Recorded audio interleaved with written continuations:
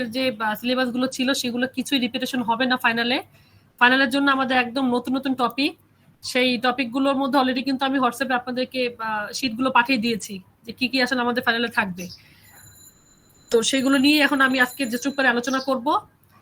তো সবাই ক্লাসে আসতেছে মনে হয়, অলরেডি 25 ইনক্লুডিং উইথ মি দেখাচ্ছে, আরো আসবে। আমি তাহলে শুরু করে দিচ্ছি লেকচার। Okay ma'am.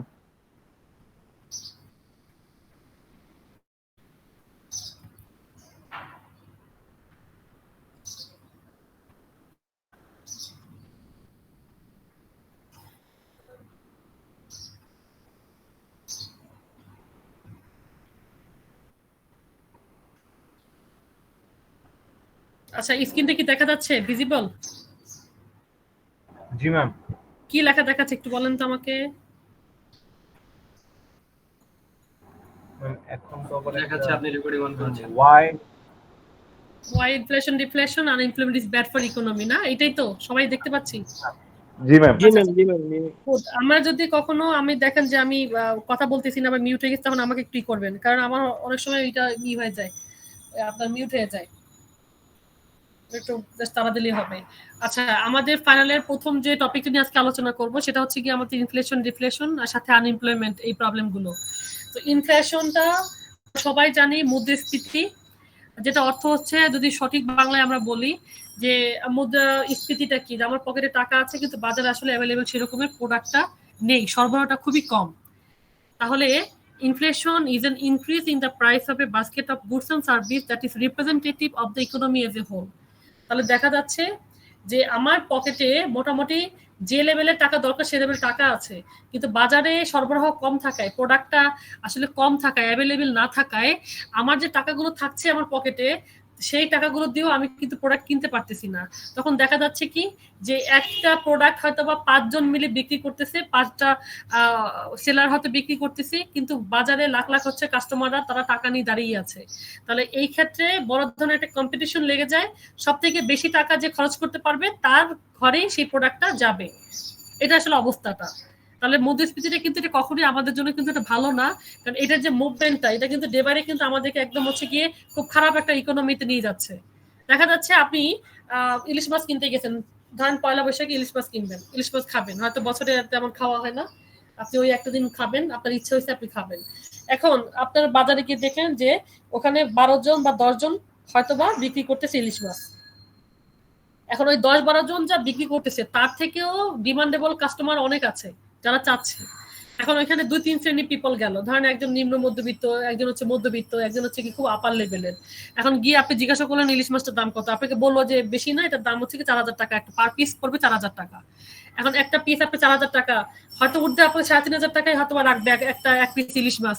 এখন আপনি যদি হচ্ছে গিয়ে মধ্যবিত্ত ঘরে মানুষ হন, তারা হিসাব করতেছেন যে আমি একটা মাছ কিনবো, এত বড় একটা মাছ কিনবো এতগুলো টাকা দিয়ে, তাহলে আমার তো লিমিটেড টাকা, তো আমার পকেটের টাকাগুলো সব একসাথে শেষ হয়ে যাবে। আর যে হচ্ছে একদম নিম্ন মধ্যবিত্ত, সে ভাবতেছে যে আমি এত টাকা দিয়ে এটা কিনতে পারবো না, আমার পক্ষে এটা এভাবে আসলে বিয়ে করা সম্ভব না। আর যে একদম হচ্ছে কি যে টাকা পয়সাওয়ালা লোক, সে কিছু ভাববেই না, সে জিজ্ঞাসা করবে দাম কত, কয়টা আছে তোমার কাছে, 10-12টা আছে, তো সব আমার ব্যাগে ঢুকাও, সে সবগুলো নিয়ে চলে আসবে। তাহলে কিন্তু এই দেখেন এই যে জিনিসটা আসলে হচ্ছে, যাদের টাকা আছে তারা কিন্তু সবসময় খাচ্ছে, তাদের কাছে প্রাইসটা কিন্তু নো ম্যাটার, তাদের কাছে প্রাইসটা কখনোই এটা আসলে নো ম্যাটার, এটা কোনো ম্যাটারই হয় না। তাদের যখন যেমন ভালো তখন তারা সেভাবে তারা জিনিসগুলো কিন্তু তারা পাচ্ছে। কিন্তু সমস্যাটা হচ্ছে আসলে কাদের জন্য, আমাদের মতো পিপলদের জন্য।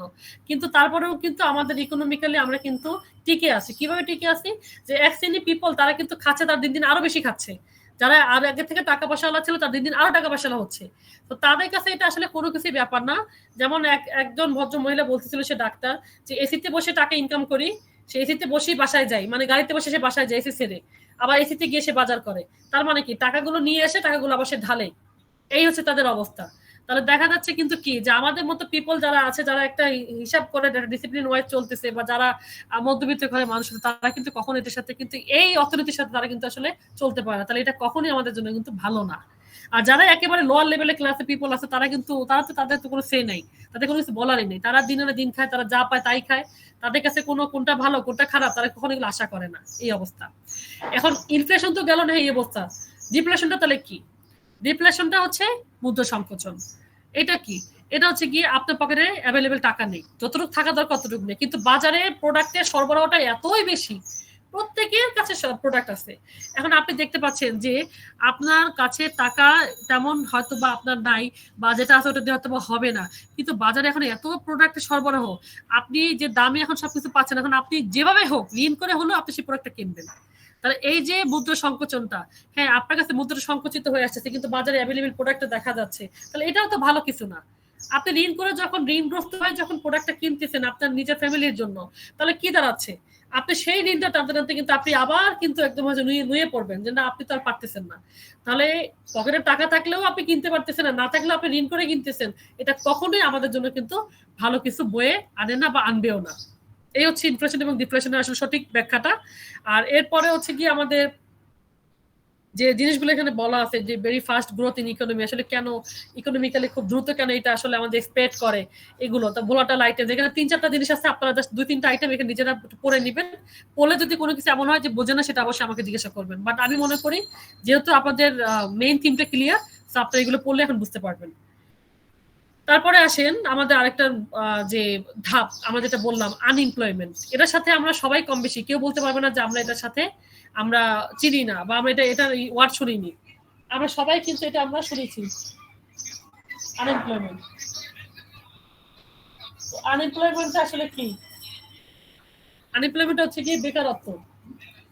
তো আনএমপ্লয়মেন্টের কথা মোটামুটি আমরা সবাই বেশি শুনবো ইনশাল্লাহ যখন আমাদের পড়াশোনা শেষ হয়ে যাবে তখন এটা নিয়ে একটু বেশি একটু কথা হবে যে চাকরি পড়াশোনা শেষ করলো এখনো জব পাচ্ছে না কেন, তো হ্যান ত্যান দেখবেন আপনার আশেপাশে প্রতিবেশীরা বেশি আর কি, তারা বেশি আর কষ্ট পাচ্ছে আপনার বসে থাকাটা নিয়ে। যাই হোক, এখন বেকারত্বটাকে ইকোনমিক্যালি আবার একটু অন্যভাবে তারা আসলে এটা আলোচনা করেছে, সেটা কি? Unemployment is the common phenomena that occurs when a person who is actively searching for employment is unable to find work. তার মানে সবাই আমরা পড়াশোনা করে বের হলে চাকরি খুঁজতেছি, বেকারত্ব মানে চাকরি পাচ্ছি না এটাই বেকারত্ব না, ওইটাই বেকারত্ব না।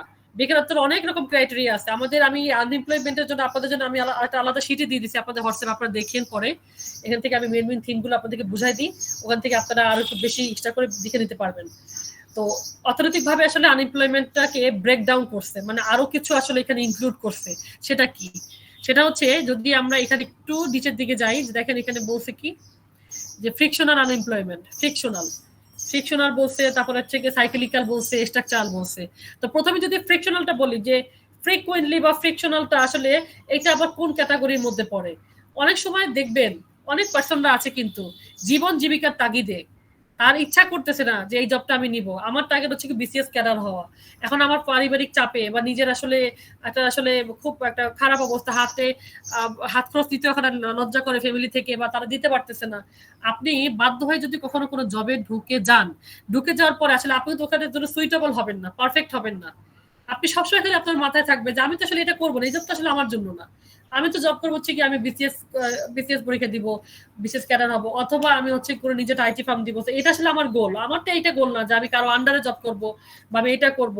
তো এই যে আসলে একটা জবের মধ্যে থেকে যখন একটা আসলে অনিশ্চয়তা, যখন খুব খারাপ লাগে, যখন তার খারাপ লাগাগুলো সবসময় তার শুধু মাথার মধ্যে পেয়া দিতে থাকে, হ্যাঁ, তো ওই জিনিসটা থেকে মানে যখন সে ভাবে যে না আমি আসলে এই জবটা ছেড়ে দিব, এই জবটা আসলে আমি স্যাটিসফাইড না, হ্যাঁ, তখন ওইটাকে কিন্তু আমরা ফ্রিকশনালটা বলি।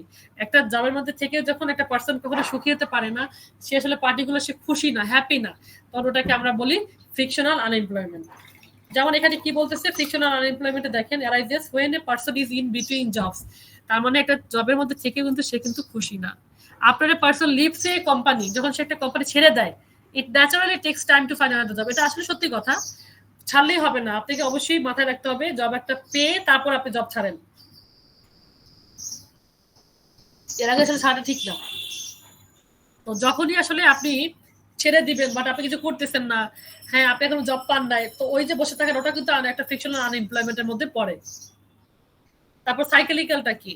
এটা আসলে একটা সিজনাল, আসলে যদি বলে থাকি যে সিজনাল আনএমপ্লয়মেন্ট, সেটা হচ্ছে আপনি 6 মাস চাকরি করবেন বা 6 মাস ব্যবসা করবেন আর 6 মাস বসে থাকবেন।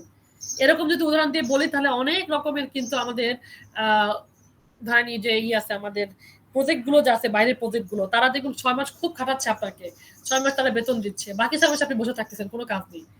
এই 6 মাস জব করতেছেন বা 6 মাস কোনো বিজনেস করতেছেন, আপনি টাকা ইনকাম করতেছেন, যেটা আপনার ইকোনমিক্যালি কিন্তু বিভিন্ন জিডিপি দিন এটা আপনাকে বিভিন্ন এখানে করতে সাহায্য করতেছে, ইকোনমিক্যালি গ্রোথের স্ট্যাটাসটা বাড়াতে সাহায্য করতেছে। আপনি টাকা ইনকাম করতেছেন, আপনি অনেক ধরনের প্রোডাক্ট ক্রয় করতেছেন, সেই প্রোডাক্টের সাথে সাথে আপনি গভর্নমেন্টকে ট্যাক্স দিচ্ছেন, আপনি যে বাসা থাকতেছেন সেই বাসাতে আপনি ভাড়া দিচ্ছেন, আপনি খাচ্ছেন, সবকিছুতে তো আপনি ভ্যাট দিয়ে সবকিছু আপনি ইউজ করতেছেন। বাট যখন কিন্তু আপনি বসে থাকবেন, যখন আপনার জবটা থাকবে না, তখন কিন্তু আপনি ঋণগ্রস্ত হয়ে পড়বেন। তো এই যে আসলে 6 মাস চাকরি করা, 6 মাস বসে থাকাকে, এটা আসলে একটা সাইক্লিক্যাল আনএমপ্লয়মেন্টের মধ্যে পড়ে। এরপরে আসি স্ট্রাকচারাল, যে কাঠামোগত বা গঠন, এটা আসলে কি হতে পারে। এটা আসলে হচ্ছে সাধারণত নিউ নিউ টেকনোলজি আসলে আবির্ভাব হওয়ার কারণে মানুষ যখন তার আসলে জবটা সে আসলে হারাচ্ছে, ওটা আসলে স্ট্রাকচারাল আনএমপ্লয়মেন্ট। তাহলে এটা কি বলতেছে, এটা একটু পরে দেখি আমরা। Structural unemployment comes about through technological advances when people lose their jobs because of their skills are outdated. যদি এখানে আরেকটা উদাহরণ দিয়ে বোঝাই, অনেক আগে দেখবেন আপনাদের ফ্যামিলির কাছে শুনবেন যে বিভিন্ন সরকারি অফিসে বা বিভিন্ন অফিসে কিন্তু টাইপিস্ট নিয়োগ দিত, টাইপিস্ট যারা টাইপ করতে পারে, খুব ভালো ভালো টাইপ করতে পারে, তো ভালো টাইপ করতে পারে টাইপিস্টদের নিত। কিন্তু বর্তমান প্রেক্ষাপটে দেখা যাচ্ছে যারা ভালো, যারা কম্পিউটার পরিচালনা করতে পারে, কম্পিউটার জানে, ওই একজন যে পরিচালনাকারী কম্পিউটার যারা চালায়, ওদেরকে দিয়ে কিন্তু টাইপও করা যাচ্ছে, বিভিন্ন আরো ডকুমেন্ট আরো বিভিন্ন অফিসিয়াল কাজও করা যাচ্ছে। তাহলে ওরা ভাবতেছে কি, ওনাররা বা বিজনেসম্যান বা যারা হচ্ছে গিয়ে জব দাতা, তারা ভাবতেছে আমি একটা পিপল দিয়ে যখন আমি 4-5 ধরনের কাজ একটাকে দিয়ে করাতে পারতেছি, তাহলে এক জায়গায় আমি 1 টাকায় নালিত হয়ে যায়, তাহলে আমার তো এই সমস্ত লোকগুলো আর চাকরি দরকার নেই। তখন তারা কিন্তু এই যে নতুন নতুন টেকনোলজির কারণে তারা কিন্তু কি করতেছে, তারা কিন্তু মানুষগুলোকে কিন্তু তারা কিন্তু করতে ছাঁটাই করে দিচ্ছে, চাকরি হারাচ্ছে। এই যে আসলে বেকার হয়ে পড়তেছে, এটা কিন্তু স্ট্রাকচারাল আনএমপ্লয়মেন্ট বলে। আপনারা খেয়াল করবেন ছোটবেলা থেকে বা অনেক আগে থেকে আপনারা দেখছেন যে আগে যখন আমরা দেখতাম, খেয়াল করতাম যে একটা বাড়ি করতে না প্রায় 1 বছরের উপরে লেগে যাইতো, কারণ ওখানে একটা বাড়ির কাজ শুরু হলে ওখানে অনেক মানুষ ওখানে কাজ করতো, অনেক ভদ্র মহিলারা ইট ভাঙতো, সেটা আবার সিমেন্টের সাথে মিশাতো, একটা গোলা একটা মেশিন ছিল, ওখানে সবকিছু ইনক্লুড করে আস্তে আস্তে তারা নিয়ে উঠতো, অনেক কাজ। এই কাজগুলো তারা করতে করতে তাদের অনেক সময় লেগে যাইত, তাদেরকে প্রতিদিন পেও করা হইতো, তখন একটা কম টাকা ধরেন পে করতো। কিন্তু আস্তে আস্তে টেকনোলজিক্যাল অ্যাডভান্সের কারণে বিশ্বাস করবেন না, এখন দেখি যে মানুষ এখন আর তেমন নাই বললেই চলে, অল্প করে সিটাপটা মানুষটি তারা কাজ করে। কিভাবে করে, ওই ইট গুলো এখন ইট ভাঙার মেশিন এখন হয়ে গেছে, মিশ্রণ করার একটা মেশিন হয়ে গেছে, ওই জিনিসগুলো নিয়ে একটা শুধু ট্রেনে উঠাই দেয়, ট্রেনটা টুক করে চলে যাচ্ছে উপরে। তো এখন সেই পিপল গুলো কিন্তু লাগতেছে না, এখন আর এই জিনিসগুলো তারা এখন তারা কাজে লাগতেছে না। তো এখানে কিন্তু অনেক মানুষ কিন্তু তারা জব পাচ্ছে না। ওকে, তো এই যে নতুন নতুন টেকনোলজিক্যাল অ্যাডভান্সের কারণে যে বিভিন্ন আগের যুগের মানুষরা যখন তারা আউটডেটেড হয়ে যাচ্ছে, তখন তাদেরকে বলা হচ্ছে স্ট্রাকচারাল আনএমপ্লয়মেন্ট, মানে কাঠামোগত যারা আসলে বেকার হয়ে পড়তেছে, এই অবস্থা। এখানে কিন্তু আমি 3টা নিয়ে আলোচনা করলাম, আপনাদের যে শীটটা আমি দিয়েছি ওখানে আপনারা আরো ওখান থেকে আরো দুইটা আপনি পড়তে পারেন। সো মোট এখানে 3টার, ওখান থেকে আরো 2টা আপনারা পড়ে নিলে মোট 5টা পড়লেই এনাফ আমি মনে করি। সো বেকারত্ব আসলে এটা কখনোই আমাদের জন্য ভালো কিছু নেই, এটা অবশ্যই আমাদের জন্য একটা অভিশাপ। কারণ একটা বেকারত্ব, বেকার হয়ে থাকাটা এটা আসলে কখনোই ভালো না। তাই আসলে প্রত্যেকটা মানুষের আসলে উচিত যে তার 2টা হাত আসলে চালিয়ে খাওয়া। যদি সে কিছু নাও করতে পারে, জব না পায়, তাতে কি হয়েছে, সে ব্যবসা করে খাবে, ব্যবসাতে নিজের সে কিছু টাকা ইনভেস্ট করে সে তৈরি করে যদি বিক্রিও করে, মানুষ দেখবে অনেক টাকা তারা এখন অনেক টাকা তারা ইনকাম করতেছে ব্যবসা দিয়ে। আসলে আনএমপ্লয়মেন্ট আসলে এখানে এখন আর বর্তমান প্রেক্ষাপটে আসলে এগুলো আসলে না, এখন আর মানুষ ফ্রিল্যান্সার হচ্ছে, এখন তারা বাইরে যাচ্ছে না, তারা ঘরে বসে টাকা ইনকাম করতেছে। এখন মানুষ ঘরে বসে রান্না করে, ফুড পান্ডে তারা খাবার খারাপ করে তারা এখন ইনকাম করতেছে। তাহলে এখন কিন্তু অনেক কিছু বের হয়ে গেছে। সো বেকারটা আসলে যদি ইচ্ছা হয় বেকার থাকবো, তাহলে বেকার থাকা যায়। আর যদি সে মনে করে আমি কিছু করবো বা কিছু করতে চাই, তাহলে সে নিজেও কিছু করতে পারে। এই কি আনএমপ্লয়মেন্টের কথা। মোটামুটি আনএমপ্লয়মেন্টের পরে আমাদের হচ্ছে গিয়ে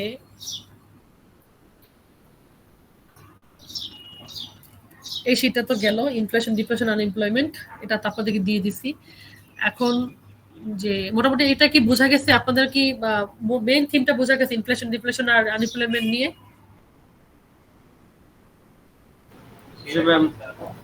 জি ম্যাম, আনএমপ্লয়মেন্ট বুঝছি, বাট উপরে একটু সমস্যা ছিল, উপরে যে প্রথম যেগুলো করাইছেন আর কি, নেটে প্রবলেম ছিল, এর জন্য শুনতে পাইনি।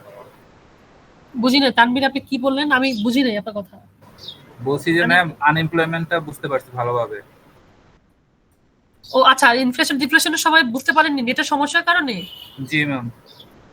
ওটা সমস্যা নেই, আমি তো দিয়ে দিব, কি বলে ভিডিও এটা দিয়ে দেবো, তখন আবার শুনে নিয়ে, কোনো সমস্যা নেই। আজকে অনেকগুলো শীট পড়াবো, দেখি আমি দ্বিতীয় শীটে যাচ্ছি। আচ্ছা, এখন যে শীটে যাব সেটা হচ্ছে জিডিপি এবং বিএনপি।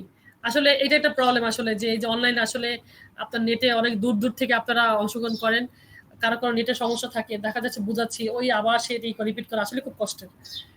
হ্যাঁ, তো ওটা আমি দিয়ে দিলে তখন ওখান থেকে আবার বুঝে নিলেই হবে, কোনো সমস্যা নেই, এসবই আপনাদের হাতেই থাকবে রেকর্ডিং গুলো। আচ্ছা, এখন যে শীটটা আমি বের করলাম দেখেন তো, দেখতে পাচ্ছেন কিনা আপনারা? জিডিপি এন্ড দেখতে পাচ্ছি। জিডিপি এবং জিএনপি। আচ্ছা, হ্যাঁ। গুড। জিডিপি এবং জিএনপি নিয়ে মিড টার্মে একটু কথা বলেছিলাম, একদম অল্প, বাট আজকে যেটা করব সেটা হচ্ছে একটু ডিপলি আমরা বলবো, প্যানলি করব। এটা হচ্ছে কারণ এখান থেকে আমাদের বড় একটা কোশ্চেন থাকতে পারবে, থাকা উচিত আসলে, কারণ এটা আসলে আমাদের একটা সেই রকমের একটা গুরুত্বপূর্ণ একটা খাত, তো এখানে আসলে না থাকলে এটা মানায় না। তো জিডিপি যেটাকে আমরা বলি গ্রোস ডোমেস্টিক প্রোডাক্ট, জিএনপি যেটাকে আমরা বলি গ্রোস ন্যাশনাল প্রোডাক্ট। তো যদি একদম সহজভাবে বলি সেটা জিডিপিটা আসলে কি, গ্রোস ডোমেস্টিক প্রোডাক্টটা কি? যখন একটি দেশের সীমারেখার মধ্যে প্রোডাক্ট, বিভিন্ন ধরনের প্রোডাক্ট তৈরি করা হয়ে থাকে এবং সেই প্রোডাক্টগুলো সেই দেশের মানুষের কাছে বিক্রি করে তারা হচ্ছে গিয়ে প্রফিট আর্ন করে থাকে এবং তাদের ইকোনমিক্যালি গ্রোথে তারা সেটা আসলে কি করে ক্যালকুলেশন করে, সেটাকে জিডিপি বলে এবং সেখানে অ্যাড হয়ে থাকে।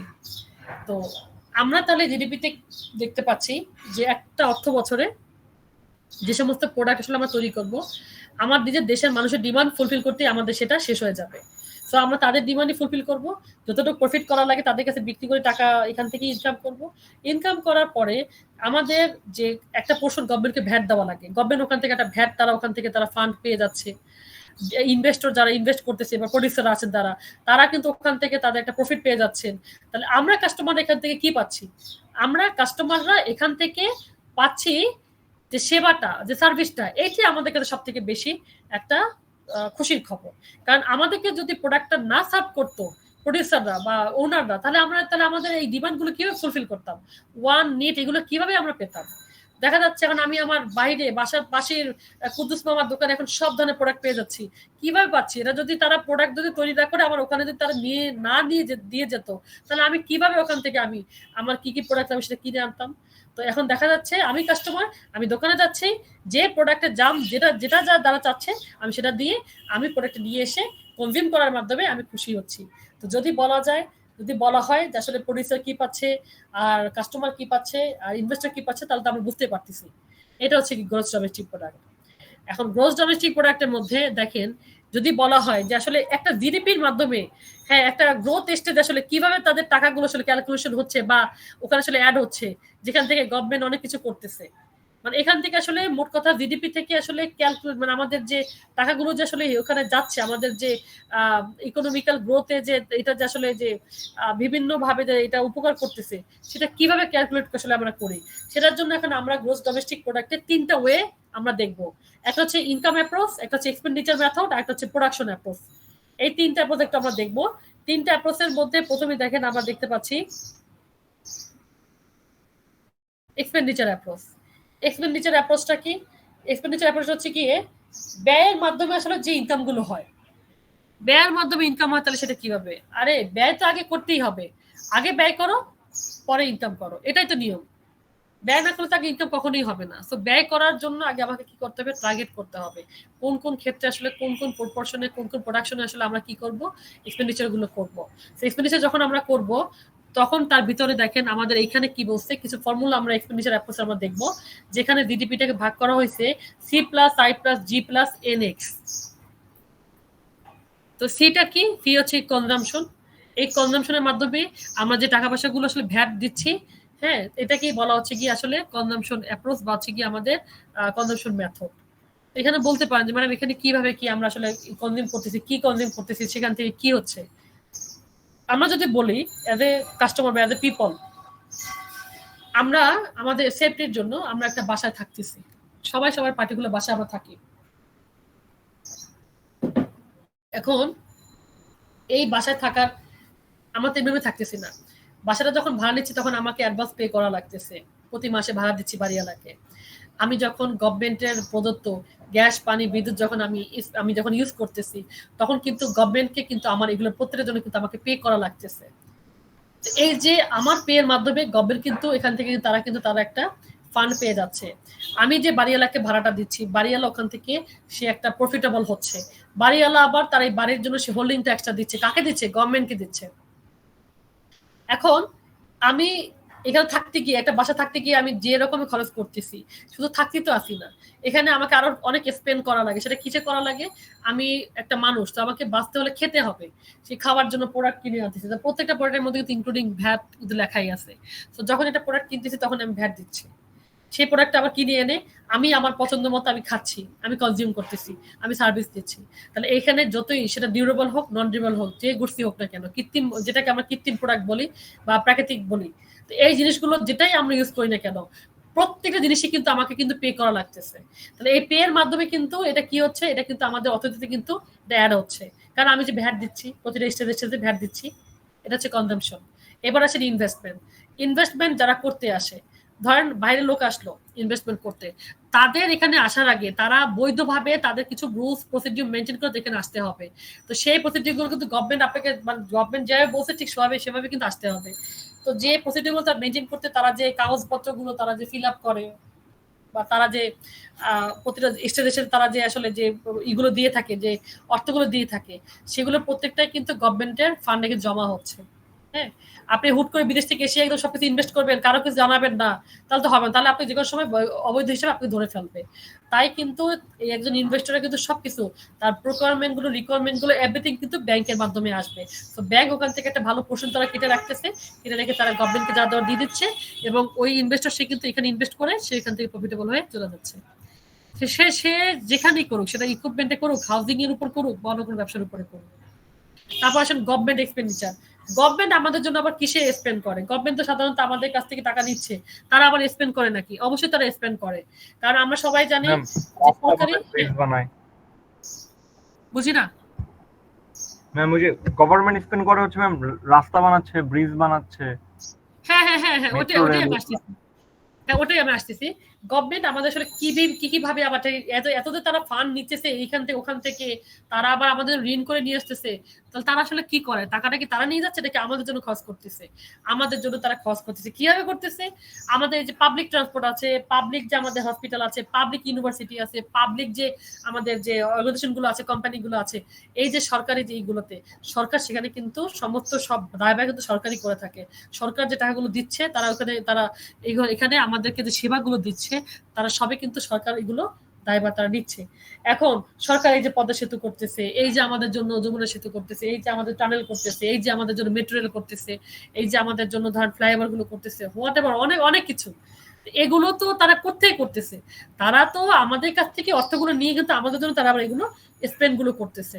তারা আমাদেরকে নিরাপত্তা দিচ্ছে। নিরাপত্তা কাদের মাধ্যমে দিচ্ছে? সেটা হোক সেনাবাহিনী, সেটা হোক নৌবাহিনী, সেটা হোক বিমান বাহিনী, প্রত্যেকটা বাহিনীকে তারা কিন্তু একদম হচ্ছে গিয়ে, মানে কি বলে এগুলাকে, আধুনিক যে অস্ত্রগুলো, তারা কিন্তু এটা কোথেকে নিয়ে এসেছে? তারা কিন্তু এটা বাইরে থেকে নিয়ে আসতেছে। কাদের জন্য কিনে নিয়ে আসতেছে?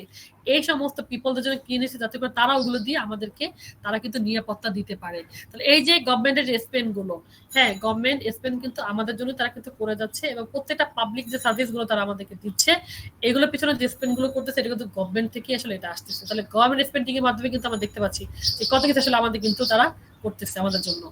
নেক্সট হচ্ছে কি ব্যালেন্স অফ ট্রেড। এটা হচ্ছে গিয়ে হচ্ছে কি আমাদের এক্সপোর্ট, এটা হচ্ছে কি আমাদের ইম্পোর্ট। সো আমাদেরকে মনে রাখতে হবে কোন দেশে কখনো এক্সপোর্টের থেকে ইম্পোর্ট বেশি হতে পারে না। কারণ এক্সপোর্ট যদি ইম্পোর্টের থেকে বেশি হয়, তাহলে তখন আমাদের ব্যালেন্স অফ ট্রেডটা কিন্তু পজিটিভ হবে। যত রপ্তানি করবো ততই টাকা আসবে বাংলাদেশে, ততই কিন্তু আমরা কি করবো, প্রচুর কিন্তু অর্থে কিন্তু মুখরিত হয়ে যাবো, অনেক টাকা পয়সা মালিক হয়ে যাবো আমরা। আর যদি দেখা যায় যে আমরা রপ্তানি থেকে বেশি আমদানি করতেছি, আনতেই আছি, টাকা পয়সা গুলো সব বিদেশে দিয়ে দিয়ে আমরা শুধু আনতেই আছি, দেশে তেমন প্রোডাকশন নাই, দেশে তেমন কিছু নাই, তাহলে কিন্তু দেশের টাকা সব বাইরে চলে যাবে। আর ওটা কিন্তু সবসময় হবে ডেফিসিট, আমাদের ট্রেড ডেফিসিট, যেটা কিন্তু আমাদের জন্য খুব নেগেটিভ একটা ইম্প্যাক্ট পড়বে যদি কখনো আমদানি রপ্তানি থেকে বেশি হয়। সবসময় আমাদেরকে কি করতে হবে, ব্যালেন্স অফ ট্রেড রাখতে হবে। ব্যালেন্স অফ ট্রেড মানে হচ্ছে গিয়ে এক্সপোর্ট থেকে যখন আমরা ইম্পোর্টটা মাইনাস করব এবং আমাদের একটা পজিটিভ ব্যালেন্স আসবে, ওটাকে বলা হচ্ছে ব্যালেন্স অফ ট্রেড। তো এই যে আমরা এক্সপোর্ট করি, কেন করি? আমাদের দেশের থেকে ভালো আরো বেশি দামে আমরা বাইরে বিক্রি করি, ওখান থেকে ভালো প্রফিট নিয়ে আসি, যে কারণে আমাদের সেই টাকাগুলো ব্যাংকে রাখি, ব্যাংকে রেখে আমরা এক জায়গায় ইনভেস্ট করি।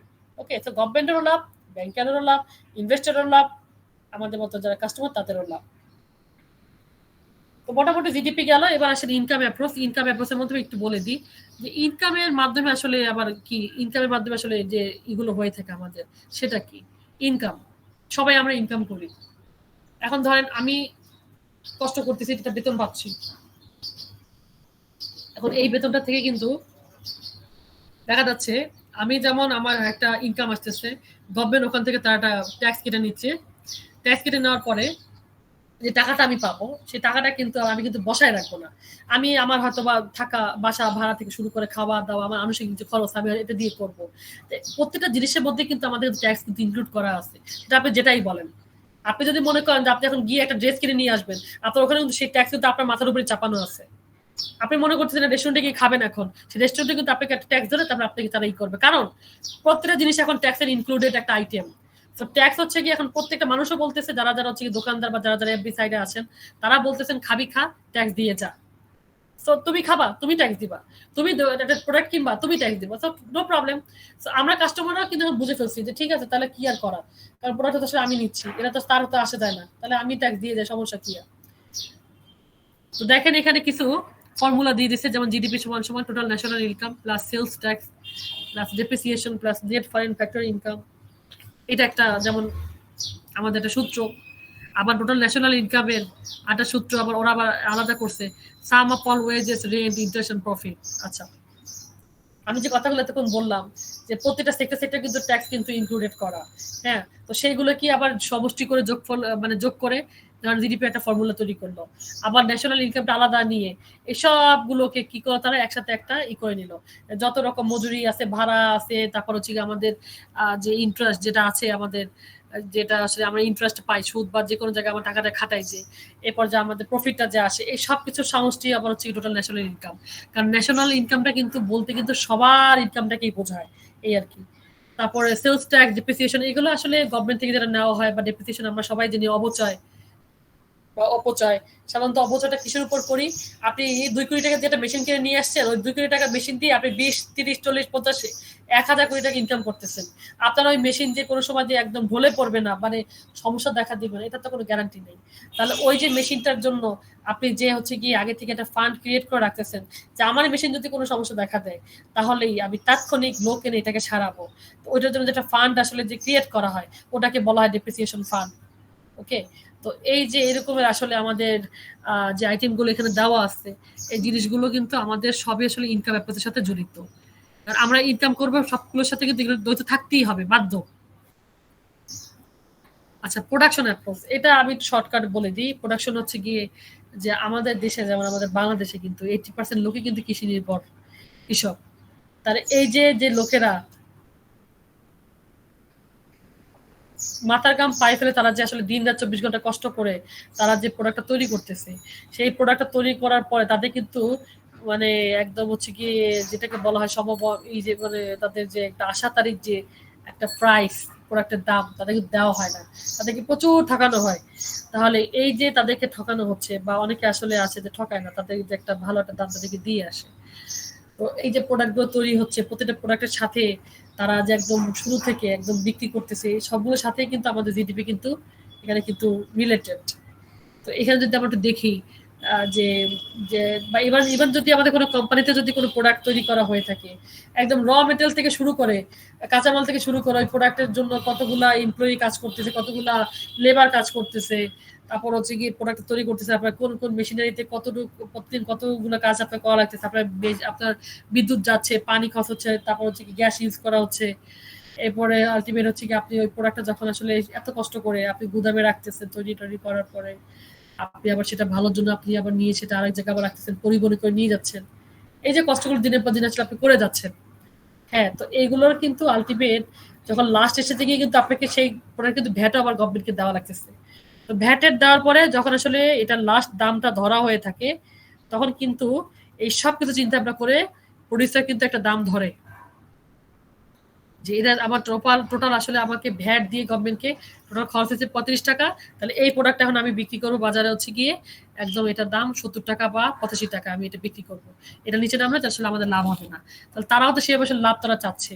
তো এই যে লাভ লোকসানের মধ্যে কিন্তু পড়ে যাচ্ছে কিন্তু আমাদের মতো নিরীহ কাস্টমাররা, কারণ আমরা কিন্তু হয়তো দেখা যাচ্ছে দিন দিন যে দাম বাড়তেছে, আমাদের বেতন হয়তো বা বাড়ে না, তখন কিন্তু আমরা কিন্তু আসলে কি হয়ে যাই, তখন কিন্তু আমরা সবাই একটু মানে ক্ষীণ হয়ে যায় যে আসলে এত দাম তারা আসলে বাড়াচ্ছে, আমাদের তো ইনকাম তো বাড়ে না। তো দেখা যাচ্ছে হয় আমি প্রোডাক্টটা কম কিনতেছি, অথবা আমি সেটা ছেড়ে দিচ্ছি, কনজিউমই করতেছি না, তো এই যে আসলে প্রোডাকশনের তৈরির মাধ্যমে যে টাকাগুলো ইনকাম করা হয় বা যে আয়গুলো আসলে হয়ে থাকে ওটাকে বলা হয় প্রোডাকশন অ্যাপ্রোচ। এখানে প্রোডাকশন অ্যাপ্রোচে দেখেন কিছু আবার এখানেই বলা আছে, আপনার সূত্র দেওয়া আছে, যেমন জিডিপি সমান gross value of output minus value of intermediate consumption. আপনি এটা প্রোডাক্ট তৈরি করার পরে একদম হচ্ছে গিয়ে মানুষের হাতে পৌঁছানো আগ পর্যন্ত আপনি কিন্তু একটা কস্ট কিন্তু আপনি করে গেছেন, সেটা ভ্যালু কিন্তু এক ধরনের হবে। এরপর আপনি আসলে বাইরে ওটা কত টাকা করে বিক্রি করতে চাচ্ছেন সেটা একটা ভ্যালু আপনি ধরবেন। এগুলো আসলে আমাদের এখানে বলতেছে। আর হচ্ছে গিয়ে আমরা প্রতিটা জিনিসে কিন্তু ট্যাক্স দিব, ট্যাক্স প্রোভাইড না করলে কিন্তু আমাদেরকে গভর্নমেন্ট ধরবে।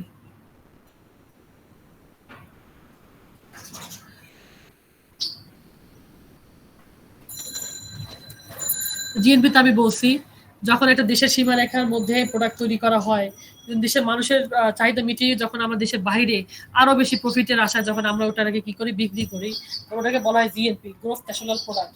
একটা অর্থ বছরে কিন্তু আপনি কি পরিমাণ প্রোডাক্ট তৈরি করে বাজারে বাইরে বিক্রি করছেন, ওখান থেকে কত প্রফিট করে নিয়ে আসছেন, সবই কিন্তু ইকোনমিক্যালি কিন্তু ক্যালকুলেশন হয়। ওকে, এটা আসলে আমাদের জিএনপি। জিএনপি তো ঠিক একই অ্যাজ ইউজুয়াল, আমাদের এই যে কনজাম্পশন এক্সপেন্ডিচার আছে, ইনভেস্টমেন্ট আছে, গভর্নমেন্ট এক্সপেন্ডিচার আছে, নেট এক্সপোর্ট আছে, এসব কিছু এখানে আছে। এটা ওই যে জিডিপির মতো করলেও আপনারা বুঝতে পারবেন। এখানে দেখবেন ডিফারেন্স আছে, পার্থক্য আছে। জিডিপি পার্থক্যটা অবশ্যই সহজ করে লেখা আছে, এখানে অবশ্যই এটা পড়বেন। সাথে এখানে নমিনাল জিডিপি আর হচ্ছে কি রিয়েল জিডিপি।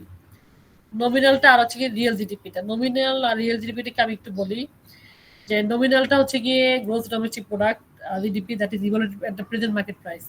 আপনি কি দামে প্রোডাক্ট তৈরি করছেন, কত কস্ট গেছে এটা পিছনে, আপনি কত দামে ওইটা আবার কি করছেন, বিক্রি করছেন, এই নমিনাল। যেটা আসলে সাধারণ, যেটা কোনো ঝামেলা নাই, কোনো অশান্তি নেই, কোনো সমস্যা নেই, এটা আসলে আমাদের নমিনাল, তারা কিছুই না। আর রিয়েল জিডিপিটা কি? রিয়েল জিডিপিটা হচ্ছে গিয়ে যে কোনো একটা অর্থ বছরে দেখবেন যে হয়তোবা এমন হয়েছে যে অমুক সালটা খুব খারাপ গেছে, ধরেন এই করোনার সময়, ধরেন 20-21 সালে বা ওই সময়টা খুব খারাপ গেছে, আর ওই সময় তো আমাদের ইকোনমিক্যালি সবার কন্ডিশন খুব খারাপ ছিল। তাহলে ওই সালটাকে এখন আমরা কি করব, এই সালে সেটাকে আমরা রিকভারি করার চেষ্টা করব। মানে ওই সালটা যত ক্ষতিগুলো হয়েছে, সেটা কোন কোন সাইডে ক্ষতিগুলো বেশি হয়েছিল, কি কি হয়েছিল, সেটা কিন্তু এখন আমরা কয়েকদিনের মধ্যেই, যে কোনো একটা সালের মধ্যে আপনি সেটা কি করবেন, সেই সালটাকে আপনি একটা ভালো অবস্থানে নিয়ে আসবেন। হ্যাঁ, তো real GDP is an inflation adjusted calculation that analyzes the rate of all commodities and services benefited of a country for a fixed year.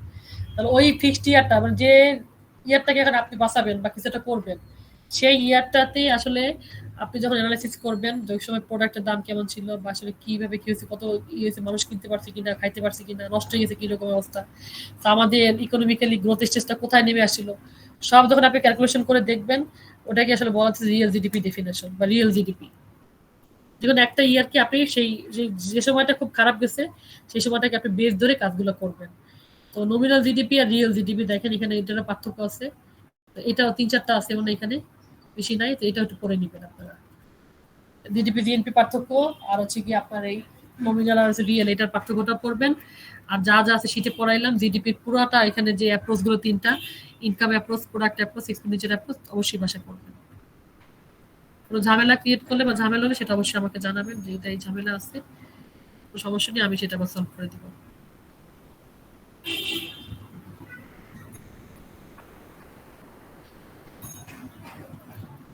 মোটামুটি এতক্ষণ যা বলছি, এটা কি বুঝতে পারছেন সবাই? জি ম্যাম, কিছুটা জি ম্যাম। বুঝতে পারছি।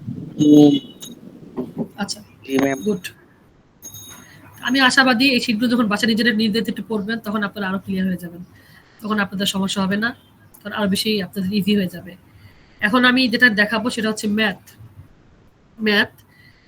যেহেতু আমাদের মিড টার্মে আমরা ম্যাথ রাখতে পারিনি, হয়তো বা সময় সুযোগের জন্য, বা হয়তো অন্য কেউ হয়তো বা তাদের হয়তো হয়নি, যাই হোক, তবে ফাইনালি ইনশাল্লাহ এবার ম্যাথ 100% ইনশাল্লাহ ম্যাথ থাকবে, এবং এই ম্যাথটা সবার জন্যই থাকবে, যাতে করে যারা মোটামুটি আসলে থিওরিতে ভালো না, ম্যাথে খুব ভালো, তাদের জন্য এটা খুবই একটা সুখবর। তো এই ম্যাথটা যদি ভালো মতো আমরা করতে পারি, তাহলে আপনাদের কিন্তু কোনো ঝামেলা ইনশাল্লাহ হবে না। তো সেই ম্যাথে আমি যাচ্ছি। তো ম্যাথটা যাওয়ার আগে একটু ভালো মতো সবাই মানে অ্যাটেন্টিভ থাকবেন, যেহেতু ম্যাথ এটা খুবই ইজি একটা ম্যাথ, খুবই ইজি। এটা মানে কোনো ম্যাথের মধ্যে পড়ে না, তবে দুই একটা জায়গায় একটু কনসেন্ট্রেটটা করতে হবে। ওই দুই একটা জায়গাটায় যদি একটু ভালো মতো বোঝা যায়, তাহলে আমি আশাবাদী এটা আপনাদেরকে কেউ আটকাতে পারবে না।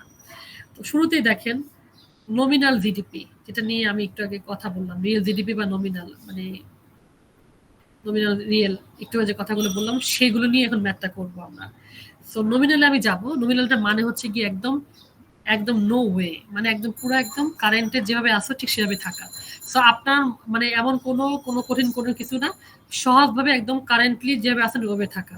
একটা প্রোডাক্ট যখন তৈরি করা হয় একদম র মেটেরিয়াল থেকে যখন একদম ফিনিশড গুডসে নিয়ে যায়, যে একদম কাঁচামাল থেকে এই কষ্ট করে করে করে করে একটা তৈরি হয়ে যেটা প্রোডাক্ট, যখন সেটা কাস্টমারের কাছে বিক্রির উদ্দেশ্যে নিয়ে যাওয়া হয়, ঠিক সেই মুহূর্তে গভর্নমেন্টকেও কিন্তু তারা ভ্যাটটা দিয়ে নেয়, ওই সবকিছু ইনক্লুড করে কিন্তু ওই প্রোডাক্টের প্রাইসটা ধরা হয়। আর যখন এই প্রোডাক্টের প্রাইসটা ধরা হয় তখন এই প্রোডাক্টের প্রাইসটা কিন্তু এমনভাবে ধরা হয় যাতে করে তারা যারা ইনভেস্টর আছেন, পাইকার খুচরা যারা যারা আছেন, যারা যারা এর সাথে ইনভলভ আছেন, কারো যাতে কোনো ক্ষতি না হয়, সাথে সাথে যে কাস্টমার এটা ক্রয় করবেন সে যাতে করে সে তার লেভেল অনুসারে সে যাতে সেই জিনিসটা ক্রয় করতে পারে। এটা আসলে নমিনাল জিডিপি। এখানে একটু বলে দিই আমি, measures the value upon finished goods and services provided by a country at their current market price. ফর্মুলাটা কি? নমিনাল জিডিপির ফর্মুলাটা হচ্ছে quantity into price. Quantity price সবই পরীক্ষা দিয়ে দিব, শুধু গুণ দিয়ে দিব বা শেষ, আর কিছু না। কারেন্ট প্রাইসে শুধু গুণ দিয়ে দিব। আর রিয়েল জিডিপিটা আমি বলছি যে কোনো একটা ইয়ারকে আমরা কিন্তু কনস্ট্যান্ট ধরে নিব। Real GDP is a measurement of economic output that accounts for the effect of constant prices. আমরা যে কোনো একটা এটা রিয়েল জিডিপি যখন আমরা বের করবো তখন যে কোনো ইয়ারকে আমরা বেস হিসেবে ধরবো। তো ওই ইয়ারটা আসলে ঝামেলা ছিল, ওই ইয়ারটা আজকে আমরা ঠিক করবো, এই আর কি, এছাড়া কিছুই না। এটাও তেমন কিছু না। নমিনালটা হচ্ছে কারেন্ট প্রাইস নিয়ে কথা বলে, আর রিয়েল জিডিপি যে কোনো একটা প্রাইসে কনস্ট্যান্ট ধরে নেয়, মানে ওইটাকে ফিক্সড করে নেয়, সেইটাই। এটা সূত্রটাও একই, Q into P, quantity into price. এই হচ্ছে কি আমাদের সূত্র, আর কিছুই না। এখন আমরা একটু দেখি আমাদের, আর এটা হচ্ছে জিডিপি ডিফ্লেটর, যেটা আসলে আমাদের আলটিমেট বের করতে বলি পরীক্ষায় আমরা, যে জিডিপি ডিফ্লেটরটা বের করে দেখাও। এটা সূত্রটা তেমন কিছু না, আপনি যে কষ্ট করে নমিনাল জিডিপিটা বের করবেন আর রিয়েল জিডিপিটা বের করবেন, এই দুইটা জাস্ট ভাগ করে ডিভাইড করে ইনটু 100, এটাই হচ্ছে কি জিডিপি ডিফ্লেটর। তো নমিনাল কত পেলা, রিয়েল কত পেলা, এটা ভাগ করে জাস্ট ইনটু 100 করে দাও, শেষ তোমার জিডিপি ডিফ্লেটর। এই যে ফর্মুলা। এখন আমরা সরাসরি একটু ম্যাথে চলে যাই। প্রথমে যাচ্ছে দেখেন আমাদের নমিনাল জিডিপি ক্যালকুলেশনে। তো নমিনাল জিডিপিতে যখন আমরা কোশ্চেনে যাচ্ছি, কোশ্চেনে যেহেতু এটা বাইরের একটা বই, বিদেশি একটা বইয়ের যেহেতু এই ম্যাথটা, তো সেই ক্ষেত্রে বাইরের কান্ট্রিতে না চিজ আর ওয়াইনটা মনে হয় বেশি, তারা বেশি মনে হয় তারা প্রেফার করে, এই জন্য এটা দিয়ে আসলে আমাদের এই ম্যাথটা। একটু খেয়াল করেন টেবিলে 2018 সালে ইন্ডিকেট করছে আর 2019 সালে ইন্ডিকেট করছে। আমরা সবাই মনে হয় দেখতে পাচ্ছি ভালো মতোই, 2018 সালে এবং 2019 সাল, এই দুইটা ইন্ডিকেটর। 18 সালের কথা যদি আমি বলি, যখন আমার $5 করে আমার চিজের প্রাইস ছিল, তখন আমি 2টা ব্লকস আমি পেতাম। তখন আমি কি পরিমাণ কোয়ান্টিটিতে পেতাম? 2টা ব্লকস, মানে 2টা বান্ডিল আমি পেতাম। আর ওয়াইন যখন আমি $10 করে হলো, তখন আমি 4 বোতল ওয়াইন পেতাম। 18 সালের কথা এটা। তো $10 খরচ করে 4 বোতল পাইতাম ওয়াইন, আর হচ্ছে গিয়ে $5 খরচ করে 2 ব্লকস পেতাম আমি চিজ। 18 সালে দুইটা প্রোডাক্ট নিয়ে আমাদের সবসময় আমাদের ম্যাথগুলো হবে। হয়তো আমাদের ম্যাথে আমরা এই চিজের জায়গায় হয়তো ম্যাঙ্গো দিতে পারি, আর ওয়াইনের জায়গায় দিতে পারি জ্যাকফ্রুট, হোয়াট এভার, যেটাই দিই না কেন, আমাদের কোয়ান্টিটি এবং প্রাইস দেওয়া থাকলে যথেষ্ট, আর কিছু না। দুইটা ইয়ার সাল দেওয়া থাকলে যথেষ্ট। 2019 সালে আমাদের দেওয়া আছে $12 আমরা 3 ব্লক পাইতাম, $17 3 বোতল পাই। আচ্ছা, ভালো কথা। এখন আমরা শুধুমাত্র কিউ ইন্টু পি, এটাই শুধু আমরা করবো। আমাদের যেহেতু সূত্র নমিনাল জিডিপি, চলেন আমরা বের করি। নমিনাল জিডিপি 2018 সালে দেখেন, $5 into 2 blocks plus $10 into 4 bottles। তাহলে এই 5 দুগুণে 10 যোগ 4 10 40, কত হলো? $50 হলো। আমরা কি বুঝতে পারছি? Q into P. জি ম্যাম। জি ম্যাম। জি ম্যাম। গুড। এবার 19 সালে দেখেন, 12 into 3 blocks plus 17 into 3। তাহলে দেখেন 3 বার 36 প্লাস 51, 351, এই দুটো যোগ করলে এটি মানে 87। তো এইটাও ঠিক একই অ্যাজ ইউজুয়াল, যেহেতু নমিনালে বলছে যে কারেন্ট প্রাইস ধরে শুধুমাত্র কিউ এন্ড পি করে দাও, আর কিচ্ছু করা লাগবে না। আমাদের আর কিছু করা লাগবে না, শুধু এই দুইটা গুণ করে যোগ দিব এইটার সাথে, শেষ। এই দুইটা গুণ শুধু যোগফল থাকবে, মাঝখানে চিহ্ন। তো এইটুকু করার পরে আমাদের কিন্তু 80% ম্যাথ শেষ হয়ে গেল, নমিনালটা শেষ। খুব কঠিন লাগলো? না ম্যাম, এটা খুবই ইজি আসলে, এটা খুবই সোজা। হ্যাঁ, এরপর আমরা রিয়েল জিডিপিটা ক্যালকুলেট করবো, বিকজ আমরা কিন্তু একটু আগে দেখে আসছি যখন জিডিপি ডিফ্লেটরটা বের করবো, জিডিপি ডিফ্লেটরে আমার নমিনালটাও লাগবে, রিয়েল জিডিপিটাও লাগবে, কারণ আমার ভাগ করবো, ইনটু 100 দিব। তো ঠিক ওই রকমের একটা ম্যাথের প্রশ্ন আমরা রিয়েল জিডিপির ক্ষেত্রে আমরা ফেলে দিলাম যে 2018 সালে $5 করে 2 ব্লকস পেতাম, $10 করে 4 বোতল পেতাম ওয়াইন, 19 সালে $12 করে 3 ব্লকস, আর $17 করে হচ্ছে 3 বোতল পেতাম আমরা ওয়াইন। আচ্ছা ভালো কথা, রিয়েল জিডিপিতে বলছে কিউ ইন্টু পি, যেমনটা নমিনালও বলছিল, বাট নমিনাল ছিল হচ্ছে কারেন্ট প্রাইস, ঝামেলা নাই, আর রিয়েল হচ্ছে কি কনস্ট্যান্ট প্রাইস। তো ঠিক আছে, একটু ঝামেলা তো না থাকলে তো চলে না, একটু ঝামেলা দিই, কোথায় কি ঝামেলা তারা করছে। আমি প্রথমে 2018 সালেরটা আমি করবো। তো 2018 সালটা আমাদের বেস ইয়ার, এখানে আমরা বলেই নিছি যে বেস ইয়ার, তার মানে ওটাকে একটু পরে হয়তো আমাদের কিছু করতে হবে। ঠিক আছে, কোনো সমস্যা না, আগের কাজ আগে করি। 2018 সালে আমরা কিন্তু 5 × 2 + 10 × 4, তো আমাদের দেখলাম 50 আসলো, বা ভালো কথা, তার মানে 18 সালে আমাদের কোনো ঝামেলা করে নাই। 19 সালে যখন আমরা গেলাম, 19 সালে একটা কথা মনে রাখবেন, রিয়েল জিডিপিটা যখন আমরা ফাইন্ড আউট করব, তখন প্রথম সালটা কিন্তু অ্যাজ ইউজুয়াল শূন্য মতো থাকবে, একদম নমিনালের মতো, কিন্তু পরবর্তী যে বছরটা থাকবে সেই বছরের সময় আমাদেরকে কিছু একটু গোজামিল করতে হবে। সেটা কি, সেটা একটু এখন দেখেন। যখন আমার 2018 সালে আমি রিয়েল জিডিপি বের করব, তখন ঠিকই আমার $5 আমি ঠিকই ওই ডলারটাকে আমি ঠিকই করছি, এখানে $12 আমি ধরি নেই, এখানে কিন্তু আমি 2018 সাল ধরছি বেজ ইয়ার। তাই বেসটা ধরার কারণে আমার ব্লক আমি তিনটাই আমার ঠিক থাকবে, কোয়ান্টিটি ঠিক থাকবে, কিন্তু প্রাইসটা একটু চেঞ্জ হয়ে যাবে। প্রাইসটা আমি 18 সালের প্রাইসটা দিয়ে কাজ করব, এটা এখানে নিয়ম, এটা রুলস। প্লাস আমার দেখেন এখানে 3 বোতলে ঠিক থাকবে, বাট আমার 18 সালে কিন্তু আমার প্রাইস, ওয়াইনের প্রাইস ছিল $10, সেটা আমি যেহেতু 18 সালে এখানে বেজ ইয়ার ধরছি, মানে ওইটাকে আমি স্মরণ করে আমি এখানে কাজ করব, তাই শুধুমাত্র এটুকু আমি চেঞ্জ করছি, আর কিছুই করি নাই। শুধুমাত্র রিয়েল জিডিপিতে 2019 সালে এসে আমার কিন্তু 18 সালের আমার যে ওয়াইন এবং ব্রাজিলের যে প্রাইসটা ছিল ওটাতে কিন্তু আমি কিন্তু কি করছি, ওটাকে কিন্তু আমি ধরে নিছি এখানে, বাট আমার 19 সালের কিন্তু কোয়ান্টিটিটা আমার সেটা দিয়ে কিন্তু আমি গুণ করছি, তারপর যোগ করে দিছি। কারো কোনো সমস্যা? এটা এখানে নিয়ম, এটাই নিয়ম এই ম্যাথের। ম্যাম তাহলে বেজের প্রাইসটা ইউজ করব ম্যাম, তাহলে হচ্ছে আমরা বেজের প্রাইসটা ইউজ করব। হ্যাঁ, আমরা 18 সাল ঠিকই থাকবে, 19 সাল যেহেতু আছে আমাদের, 19 সালে শুধুমাত্র আমাদের ওই প্রাইস, শুধু এটা থাকবে, ওই প্রাইসটা শুধু আমরা নিব, বাট কোয়ান্টিটি আমরা নিব না, শুধু প্রাইসটা নিয়ে আমাদের কাজটা করতে হবে, এটা এখানে নিয়ম। যদি এমন হতো 20 সাল, তাহলে 20 সালে গেলে আপনি 19 সালে একটা বেস ধরে কাজ করতেন, মানে আপনি যখন আপনি দ্বিতীয় বছরটা করবেন সেই প্রথম বছরটাকে আপনাকে বেস ধরতে হবে, আর 2টা বছর না থাকলে আপনি এখানে বেস ধরতে পারবেন না, তাহলে আবার ঝামেলা আছে। ম্যাম যদি 3টা বছর থাকতো ম্যাম, 18, 19, 20, হ্যাঁ, তাহলে 20 সালে আপনি 20 সালে 18, 19 ঠিক মতো করতেন, একদম নমিনালের মতো, কিন্তু 20 সালে গিয়ে আপনি 19টাকে আপনি বেস ধরে নিতেন, শেষ। ওকে ম্যাম, এইটাই, এছাড়া কিছু নেই, এখানে আর কিছু নাই। এবার একটু 19 সালটা আমরা দেখি, একটু 19 সালে দেখি আমরা ওরা কি করছে। 19 সালটাকে এবার কি বলতেছে একটু দেখি আমরা। যখন তারা, এবার দেখেন, এবার কিন্তু ওখানে কিন্তু 18 সালটা করছিল, এবার 19 সালে তারা কি করছে, 19 সালটাকে তারা আবার 19 সালে গিয়ে যখন তারা বের করতেছে, তখন তারা ওটা কি করছে, আবার 18 সালটাকে বেস ধরছে। তাহলে ঠিক আছে, সমস্যা নেই, আমরা দেখি একটু। যখন তারা 18 সালের কাজটা করতে গেছে, চিজ এবং ইটার কোয়ান্টিটিটা বের করতে গেছে ওয়াইনের, তখন আমরা দেখতে পাচ্ছি যে তারা কিন্তু 18 সালে, কিন্তু এটা কিন্তু 18 সাল, বা তারা ধরছে কিন্তু 19 সালে কিন্তু এই $12, দেখেন এবার তারা কিন্তু 12টাকে ধরছে, গুণ দিছে 2 দিয়ে, তারা কিন্তু 17 কিন্তু ঠিকই রাখছে ডলার, তারা কিন্তু গুণ দিছে কি দিয়ে, 4 দিয়ে, 4 দিয়ে, তার মানে তারা কিন্তু এবার 19 সালটাকে তারা ধরছে কিন্তু বেস, দেখছেন 18 সালে তারা 19 সালটাকে বেস ধরছে। তো একটু একটু তো চেঞ্জ করবেই, আপনার সবই যদি নমিনাল থাকে তাহলে তো এটা ম্যাথ হয় না। তো এইটুকু একটু উলট পালটটা, এটাই হচ্ছে কি আমাদের আসলে রিয়েল জিডিপির একটু আমাদেরকে মানে বুঝতে হয়, তাহলেই হয়। এবং এটা এমন কোনো হার্ড লেভেলে কিছু না, একদম ইজি একটা জিনিস।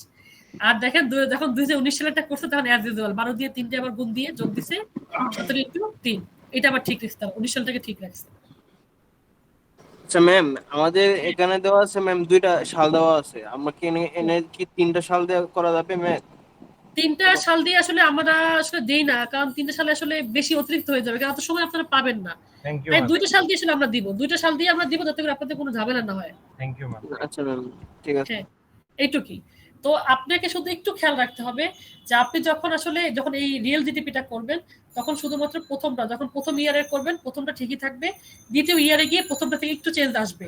আবার যখন দ্বিতীয় বছরের জন্য যখন আবার যখন বেস ইয়ার ধরে নেবেন প্রথম বছরটাকে, তখন একটু শুধুমাত্র প্রথম বছরে একটু চেঞ্জ করবেন, শুধুমাত্র প্রাইসটাই নিয়ে, এছাড়া আর কিচ্ছু না, সব ঠিক থাকবে। এইটুকু যদি ঠিক মতো হয় তাহলে আপনাকে এখানে 10 বা 12 থেকে আপনাকে আটকাতে পারবে না কেউ। 12তে আপনি 12 একদম ইজিলি পেয়ে যাবেন, ইজিলি। এইটুকু শুধু একটু বোঝার জিনিস ছিল। আর এরপর আমরা জিডিপি ডিফ্লেটরটা বের করব। আমি তো একটু আগে বলছি যে জিডিপি ডিফ্লেটরের সূত্রই হচ্ছে নমিনাল জিডিপি ভাগ রিয়েল জিডিপি ইনটু 100।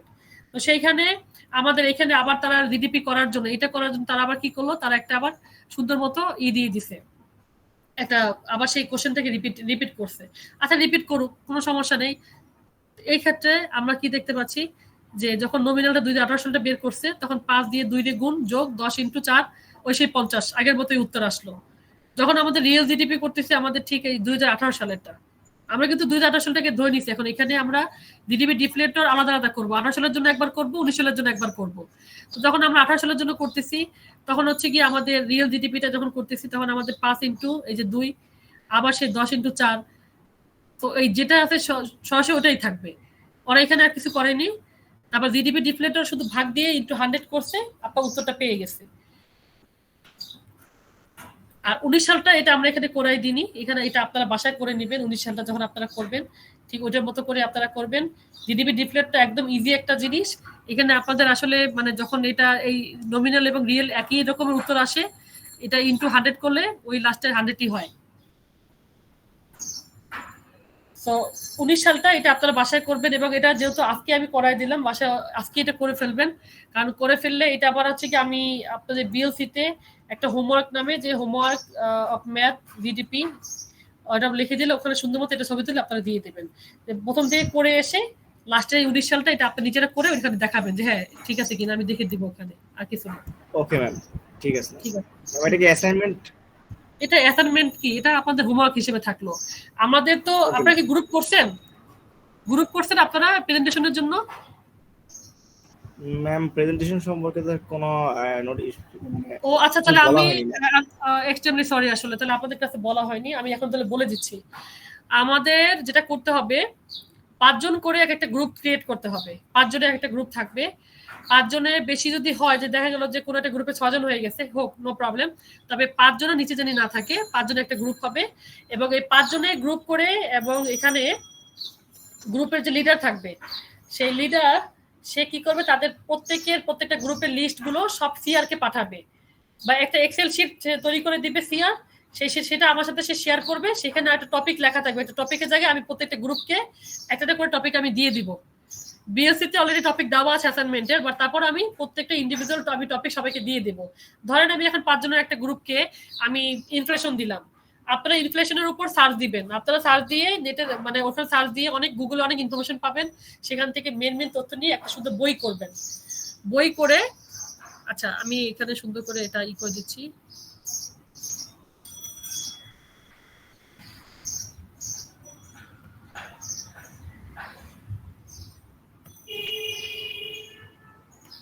হ্যাঁ, আপনারা কি করবেন, ওখানে সার্চ দিয়ে তারপরে বই তৈরি করবেন। বইটা প্রায় 15-20 পেজটা হলেও হয়, বা 12-15 পৃষ্ঠা হলে হয়। মানে আপনি তো নিজেই বুঝবেন যে ইনফ্লেশনের কি সাইট আপনি ওখানে নিয়ে সুন্দর করে বইটা করবেন। ওই বইটি হবে অ্যাসাইনমেন্ট আপনাদের জন্য। এরপরে ওই বইটা থেকে আপনারা 5টা মেম্বার যে যেটা কাজ করছেন সেটা নিয়ে সুন্দর মতো স্লাইড, আপনারা সবাই স্লাইড করবেন, সেটা নিয়ে আপনারা ওইখানে স্টেজে এসে বলবেন। আমি তখন আপনাদেরকে আপনার টপিকের উপর ডিপেন্ড করে আমি কোশ্চেন করব। এই হচ্ছে কি আমাদের অ্যাসাইনমেন্ট এবং প্রেজেন্টেশন। সো গ্রুপটা করে আমাকে আজকে শেয়ার করে দিলে এটা বেটার হয়। আমি সুন্দর করে ওটা এক্সেল শিটে আমি সুন্দর করে লিখে দিলাম কার কি টপিক ছিল থাকবে, তাহলে আপনার গ্রুপ করে ফেলুন। ম্যাম বইয়ের কথাটা ঠিক বুঝলাম না, আসলে অ্যাসাইনমেন্টের বিষয়টা বুঝুন। অ্যাসাইনমেন্টের বিষয়টা বোঝেন না, সেটা বলছি আমি যে যাকে যে টপিক দিব সেই টপিকের উপরে আপনারা বই তৈরি করবেন। এবং সেটা কিন্তু অবশ্যই যে একজনে শুধু সব করে ফেলবে এটা না, আপনারা একটা গ্রুপে ভাগ হয়ে যান। 5 জন আছেন, 5 জন আপনারা ইনফ্লেশন সার্চ দেন, সার্চ দেওয়ার পরে সবাই কাজ করেন। স্লাইড তৈরি করতে হবে আলাদা আলাদা করে এরকম? হ্যাঁ, আলাদা আলাদা করে না, বই হবে একটা, গ্রুপ থেকে বই আসবে একটা আমার কাছে। বই বলতে কি স্লাইড আর কি, একটা স্লাইড আপনার কাছে যাবে গ্রুপ থেকে। হ্যাঁ, স্লাইড আসলে ওই স্লাইডে যা দেখাবেন ওটা তো বইতে থাকবে না, বইতে একদম ডিটেইলস থাকবে। বইতে ডিটেইলস থাকবে, ওই বই থেকে আপনারা স্লাইড তৈরি করবেন, হচ্ছে কি আপনাদের মেন কথাগুলো ফোকাস করবেন স্লাইডে, যেটা আমাকে দেখাবেন ক্লাসে। ম্যাম বইটা বলতে কি অ্যাসাইনমেন্টের মতো থাকবে পিডিএফ? হ্যাঁ, অ্যাসাইনমেন্টের মতো থাকবে এক্স্যাক্টলি। ওটাকে আসলে আমরা বই ওটা দেখবেন আপনারা যখন তৈরি করবেন, ওটা সুন্দর একটা স্টাইল বাইন্ডিং যখন করবেন সুন্দর একটা বইয়ের মতো হয়ে যাবে। মানে একটা পুরো পার্টিকুলার টপিকের ওটা টপিকগুলো কি ডিটেইলস থাকবে? হ্যাঁ সাইফুদ্দিন কিরকম ওটার লেন্থটা Topic কিরকম গুলা হবে? কি কয় teacher- পেজ বা কিরকম?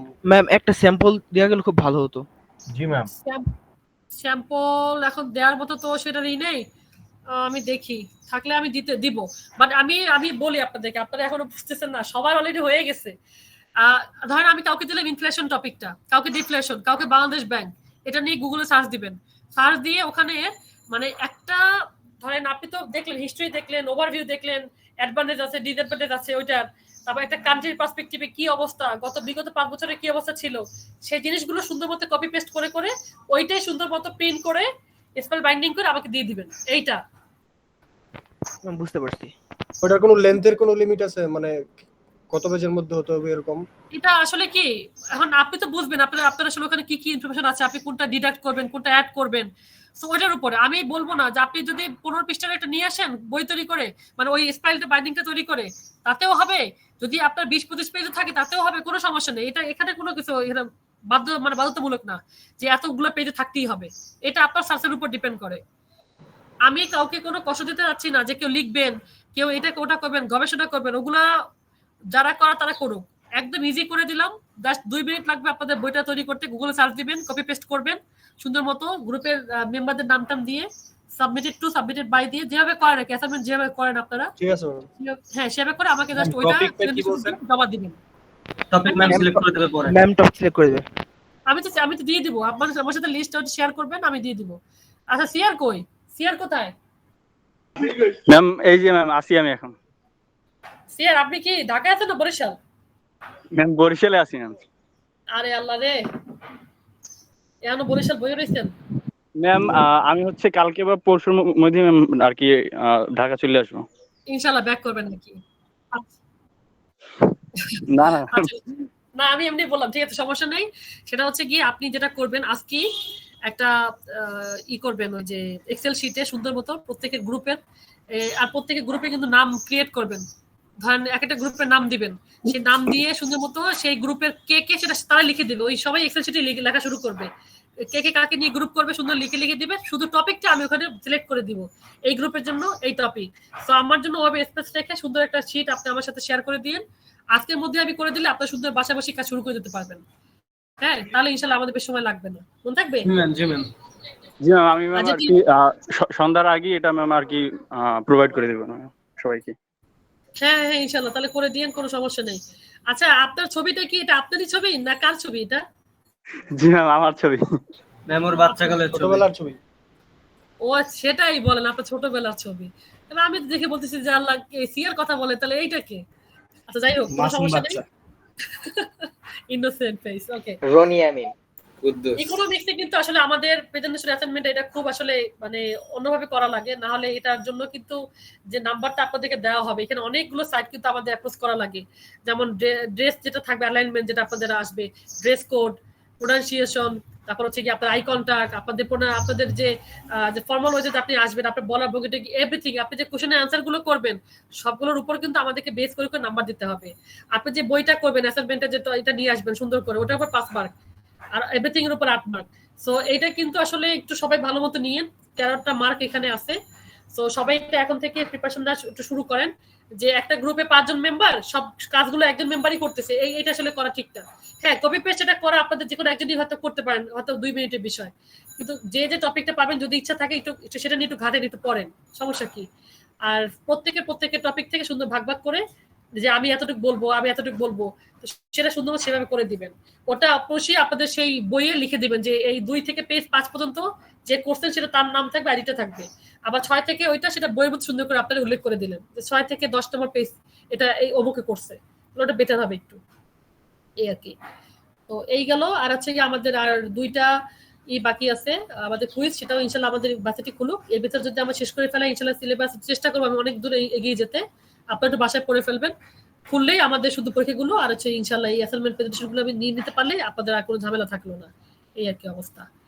তো আপনাদের খাতাও দেখানো হয়নি, ইনশাআল্লাহ খাতাও আমি ওটা দেখাবো।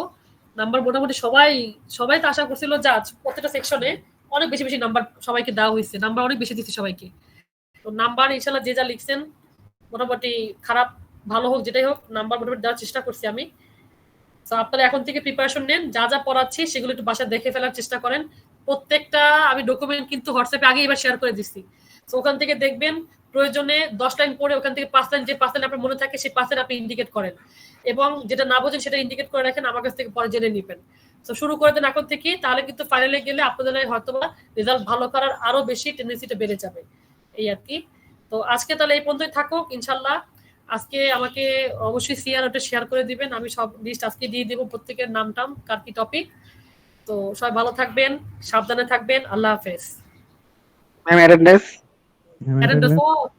বুঝলেই তো গেছি ম্যাম সবাইকে দিয়ে দেন অনলাইনে। সবাই তো আছে, এই যে দেখলাম যে 42 জনের মতো আছে।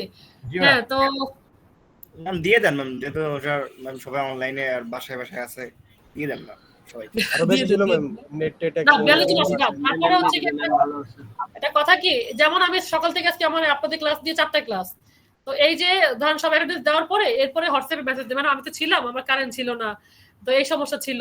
তো পরে ভাবলাম কি রে, সবাই তো দেখি উপস্থিত থাকে, থাকুক বা না থাকুক, তো সবাই দিলেই তো হয়। এই যে কষ্ট করে নাম ডাকতে ডাকতে জীবনটা শেষ হয়ে যায়। জি ম্যাম এটাই। সবাই এটাই না ভালো। আচ্ছা একটাই বল, আমাদেরকে ডি সেকশন না এটা? জি ম্যাম ডি। ওকে ঠিক আছে, দেন দিয়ে দিচ্ছি আমি সবারটাই। সুলতানা, সুদীপ আহমেদ, আচ্ছা ঠিক আছে, হ্যাঁ সবারটাই দিয়ে দিলাম। ঠিক আছে, সবাই ভালো থাকবেন, সাবধানে থাকবেন, আল্লাহ হাফেজ। Thank you ma'am. ওয়ালাইকুম আসসালাম।